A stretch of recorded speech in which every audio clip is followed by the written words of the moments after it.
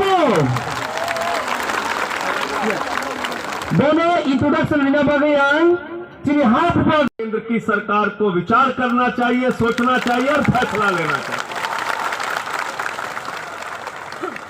और नहीं तो अभी आपने जैसे बताया 58% वोट शेयर लेकर आप लोग चुनाव जीत कर आए हैं म्युनिसिपल इलेक्शन, ईडीसी इलेक्शन।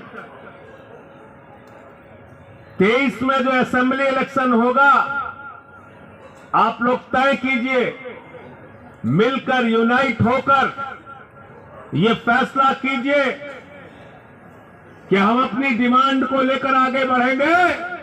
अगर बीजेपी हमारी बात को नहीं सुनती तो 2023 में बीजेपी की जमानतें जब्त करा के वहां से उनका सफाया करने का काम करें। और ये बात मैं इसलिए कह रहा हूं कि बीजेपी ने एक फॉर्मूला दे दिया आपको।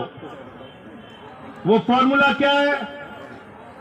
भाजपा से कोई भी काम कराना हो तो चुनाव में उनको हरा दो, वो सारी बात आपकी मान लेते हैं। अभी हिमाचल में जमानत जब्त हुई, इतने दिन से डीजल पेट्रोल का दाम वापस नहीं हो रहा था।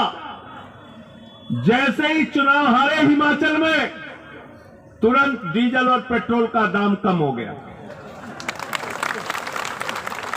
उत्तर प्रदेश में मोदी जी चुनाव की रैली करने गए, सभा करने गए, पूरी भारतीय जनता पार्टी की शक्ति लग गई, भीड़ इकट्ठा करो, भीड़ इकट्ठा करो, भीड़ इकट्ठा करो।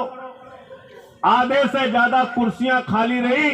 उनको समझ में आ गया उत्तर प्रदेश भी हारेंगे, तो तीनों काला कानून उन्होंने वापस ले लिया।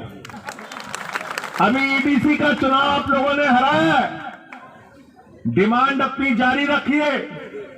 22 में यूपी में हारेंगे, पंजाब में हारेंगे, उत्तराखंड में हारेंगे, गोवा में हारेंगे, और जब इनको त्रिपुरा हारने का डर रात में सताने लगेगा तो आपकी मांग को भी मानेंगे। इसलिए चुनाव में हराना,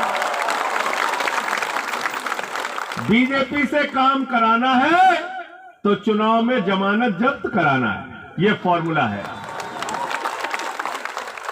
यह फॉर्मूला खुद बीजेपी वालों ने दे दिया। और एक बात